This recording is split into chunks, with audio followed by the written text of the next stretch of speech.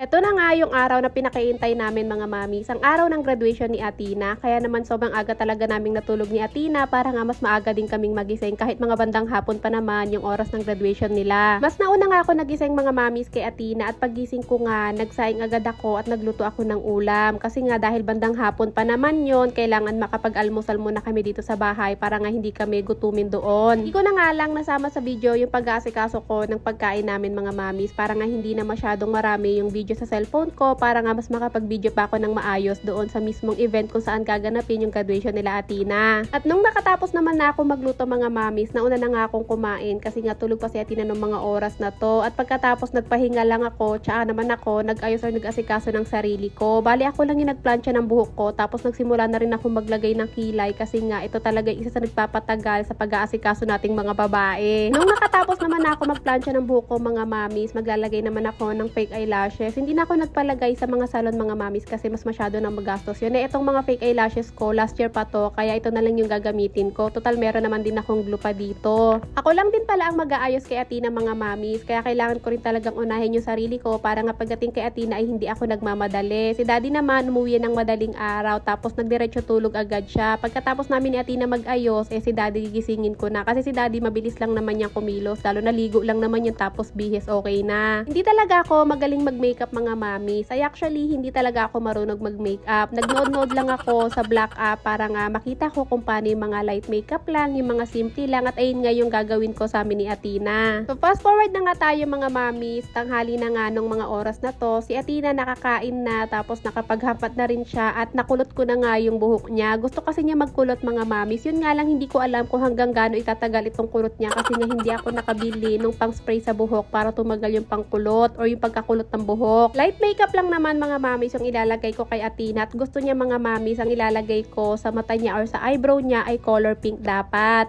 Alam niyo ba mga mamis, itong palit na to, binili ko pa talaga to kasi wala naman talaga akong ka-makeup dito sa bahay. Sunscreen lang, foundation, lipstick or lip balm, ayun lang talaga ang meron ako. Hindi talaga sana ako bibili nito mga mamis kasi nga wala talaga akong tiwala sa kamay ko pagdating sa mga gantong klase mga pagmi-makeup kasi mga kamay ko talaga palpak sa mga gantong bagay. Pero kasi dapat ipapasalon ko si Athena, yun nga lang mga mamis, hindi talaga kinaya ng budget ko kaya sabi ko bahala na, ako na nga lang. At least itong palit na to, magkano lang naman, nasa 200, kaya bumili na lang ako. February pa lang kasi mga mamis, talagang nagunti-unti na ako ng mga sasuotin ni Athena, sasuotin ko kasi nga mga mamis, wala naman talaga akong maayos na damit dahil nga wala naman ako talagang ginaganapan or pinupuntahan ng mga klase ng event. Kaya naman kailangan ko talagang bumili ng mas maayos-ayos na mga damit para naman mas presentable ako sa araw ng graduation ni Athena kasi ang tagal ko din talagang pinaghandaan o inantay ito. Tsaka alam niyo mga mamis, ito talaga yung isa sa mga pinagdasal ko nung time na nasa ospital ako. Naiyak na naman ako. Palagi ko talagang dinadasal mga mamis na sana masumaba pa yung buhay ko kasi ayokong mawala sa mga importanteng bagay or sa mga gantong ganap ni Athena kasi gusto ko lagi siyang masaya, gusto ko kumpleto kami para mas masaya siya habang lumalaki siya. So cut na nga tayo dun mga mamis, nagiging iyakin na ako dito sa mga vlog ko. Pagkatapos kong ayusan si Athena, itong nakapag-ayos na rin ang mamshi panay nyo. So si Athena mga mamis, habang nag-aayos ako kanina, siya naman ay nagbibihis na. Si daddy naman nakaligo na rin at nakapagbihis na. Bali ako na lang yung magbibihis. Kaya huli ako magbibihis mga mamis kasi tutulungan ako ni daddy dahil alam nyo naman hindi pwedeng yumuko ang mamshi panay nyo. Alam nyo mga mamis, buti na lang talaga maaga kaming nag-asikaso ni Athena kasi parang kahit bandang hapon pa yung graduation niya, parang kinukulang kami sa oras ng mga araw na to. Hindi pala naka-uniform sila Athena mga mami sa graduation nila, pinag-dress sila tapos yun nga doon na ipapatong yung toga. So nakakatuwa yung ganitong mga mamis, at least meron silang OOTD, hindi sila naka-uniform sa araw ng graduation nila. So habang inaantay ko pa nga si daddy mga mamis na matapos sa kapin niya, nakabihis naman na siya, magpapalit na lang siya ng damit. Si Athena muna ay nilotionan ko kasi nakalimutan niya mag-lotion. So nung natapos ko naman ng lotionan si Athena, si daddy naman ay nakatapos ng magkape. Ito nga tinulungan niya na akong suotin itong pantalon ko. Yung makikita niyo palang OOTD ko dito mga mamis ay hindi to basta lang na naisip ko. Talagang ni-research ko to mga mamis kasi nga hindi rin naman talaga ako magaling sa mga pormahan. Kasi nga mga mamis, dahil hindi naman din talaga ako mahilig umattend or magpunta sa mga malalaking event, sa mga social na event, talagang hindi ako magaling sa mga pormahan na maayos. Kaya itong suot ko ngayon, talagang ni-research ko yan kung ano yung babagay sa pants, kung ano babagay sa polo. And itong polong suot ko mga mamis, halos karamihan ng nakita ko na nagsusot ng ganito, kahit iba-ibang kulay, talagang maong na pants ang talagang mga partner nila sa gantong suot nila. Tapos ayun nga, naka-belt sila. Pero bago talaga yung pants na yan mga mami, sinry ko muna itong polo kung bagay ba siya sa parang slacks. Meron kasi ako dito, nagamit ko dati nung photoshoot ko, pero hindi siya bagay mga mami. Tapos meron din akong black, hindi rin talaga bagay. Ito talaga yung wide leg pants yung bagay dito sa gantong klaseng polo. Actually mga mami, sa iba bagay naman yung parang slacks or slacks yung partner nila dito. Nadadala nila, ako talaga hindi ko siya madala. Kaya mas pinili ko na lang itong wide leg pants. Ito at natapos na nga kami mag-asikaso mga mami, sa trading ready na nga kami na magpunta doon sa school nila Athena. Bali magmumotor lang pala kami mga mamis, pero dahil hindi kasya ang tatlo sa motor at bawal din naman talaga, unahin muna ni dading ihatid si Athena. Sa school lang kasi nila Athena mga mamis gaganapin yung graduation nila, pero sa ibang building. Pero malapit lang naman yung dito mga mamis, kaya wala pang 5 minutes na hatid na yan ni daddy si Athena. Inuna talaga ni dading ihatid si Athena mga mamis para nga may time pa si Athena makipagchikahan sa mga classmates niya. So mula dito sa apartment na nitira namin mga mamis, ayan lang yung school nila Athena, nakita niyo yung color blue na building doon banda sa likod ng puno ng mangga. Pwede naman talaga naming lakarin yun mga mamis kasi minsan nagpupunta kami doon kapag swimming lesson ni Athena dati, nilalakad lang namin. Pero dahil alam nyo naman nagka-problema ulit yung mga paa ko, madali na ulit mapagod, kaya ito nagmotor na lang kami, hinatid kami ni daddy pa isa-isa. Nung nahatid na nga ni daddy si Athena mga mamis, ako naman yung binalikan niya sa bahay at daladala na nga din namin yung toga niya. At pagdating nga namin dito ni daddy, umakyat lang kami sa taas para puntahan na nga si Athena at ipasuot na sa kanya itong kanyang toga. Naluloko nga kami ni Athena mga mamis kasi umalis siya sa bahay, na kulot yung buhok niya, pero pagdating nga namin dito sa school, yung unti-unti nang nagiging straight. Pero dead man na nga lang kami dyan ni Athena mga mami, sa tatawa na lang kami kasi nga unti-unting umuunat yung buhok niya. So anyway mga mami, sa tunga tumakit na ulit kami sa taas dahil nga magsisimula na yung ceremony ng graduation nila. Today, thank you, Lord, blessings that I cannot see. Thank you, Lord, I bless your name. Thank you, Lord, I just want to thank you, Lord. Education and academic achievements. To begin, we will present the graduation diplomas to each.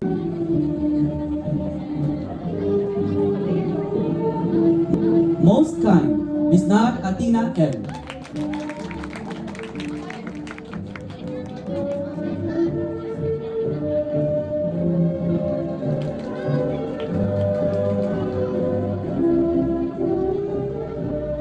Most obedient, Canieta Salina Marie P.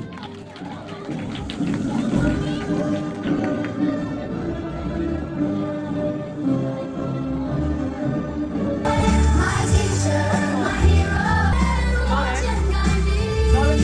My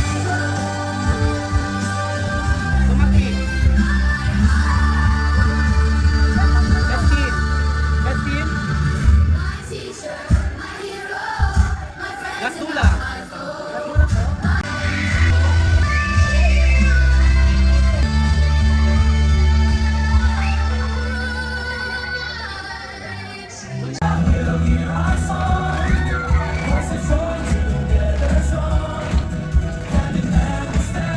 foe. And welcome to grade 7! Thank you! So ayun na nga mga mamis, no, natapos na nga yung graduation nila Athena. At kung nakita nyo, merong binigay na letter yun sa amin ni Athena. At talagang naiyak ako kasi araw-araw niya talagang pinagdadasal na sana gumaling na ako. Diyos ko, ano ba namang klaseng voice over to? Iyak tawa. So ayun nga mga mamis, no, natapos na nga yung graduation nila. Lumabas na kami ng theater. Paglabas namin, binigyan sila ng Jollibee meal. Tapos kinuha na rin namin itong naka-frame na picture ni Athena. Hindi pala kami muna umuwi mga mamis after ng graduation. Tumambay muna kami dito sa May Kai Mall. Ito lang naman din kasi talaga yung malapit na mall sa amin. Kumain kami mga mamis pero hindi ko na lang nabidyohan kasi nga malulobat na ako. Tapos after namin kumain si Athena, dinala niya yung daddy niya dito sa KKB kasi tinuro niya yung gusto niyang bilhin na pag-iipunan daw niya. Talagang tinuro niya lang yung sa daddy niya mga mamis kasi ganyan naman niya si Athena. Pag meron siyang gustong bilhin, ipapakita niya sa'yo pero hindi niya siya magpapabili. Sasabihin niya, magsisave siya para mabili niya yon. Ganyan kasi talaga yung bata na yan mga mamis. Lagi niya sinishare sa amin yung mga bagay na nagagandahan siya at gusto niyang bilhin. So anyway, yun lang naman yung ginawa namin sa Kai Mall. Tumambay lang saglit tapos umuwi pauwi na rin. Si Athena muna unang hinatid ni Daddy, tapos pagkatapos binalikan na ako ni Daddy. So para nga hindi na daw mapagod yung paa ko pakit ng hagdan pag uwi namin, dinala niya yung tsinelas ko. Gusto pa talaga sana ni Athena magtagal doon sa Kaimol mga mamis, kaya lang ang daddy niya kailangan nang pumasok sa trabaho. Actually late na nga si Daddy ng mga oras na yan eh. At pag uwi nga namin dito sa bahay mga mami, syempre hindi naman pwede na wala kaming graduation gift kay Athena. Actually si Daddy lang naman ang may graduation gift kay Athena kasi ako wala talaga. Wala talaga kami sanang planong bigyan si Athena ng graduation gift mga mamis, or kung meron man yung mga keychain kasi yun talaga yung gusto niya. Pero noong mga February mga mamis, bigla siyang humihiling na gusto daw niyang matuto ng violin. Kaya naman ito, binilan siya ng daddy niya ng violin. Wow! Pinili niyo ako pa yung violin? Opo. Pero hindi pa yan nakaayos. Isa-set up ko ba yan, ha? Mapaviolin ako po ngayon po. Hindi pa nakaset up yan. Happy? Apa! Set up ko pa pag-uwi ko. Nakanood na ako po sa YouTube po kung paano po at yung position pa. Tingnan mo kung kaya mo set up. Love you! Love you too. Mwah. Love you, Daddy pa. Actually mga mamis, bukod sa violin, isa sa mga nire-request niya o sinasabi niya sa amin, gusto na daw sana niya magpalit ng bagong eyeglasses kasi parang lumalabo na nga daw. Pero dahil mas mura yung violin na lang muna yung binili namin kasi nga 1 plus lang yan. Eh yung eyeglasses niya mga mamis, nasa 3 plus yun. So sabi ko, pag-iipunan ko muna. Pero sabi naman namin ni daddy niya mga mamis, bago magpasukan, sigurado kami na bago na yung eyeglasses niya kasi ilang buwan din naman makakapag-ipon or makakapagtabi pa kami ni daddy. Sa ngayon, masaya siya dito sa violin niya.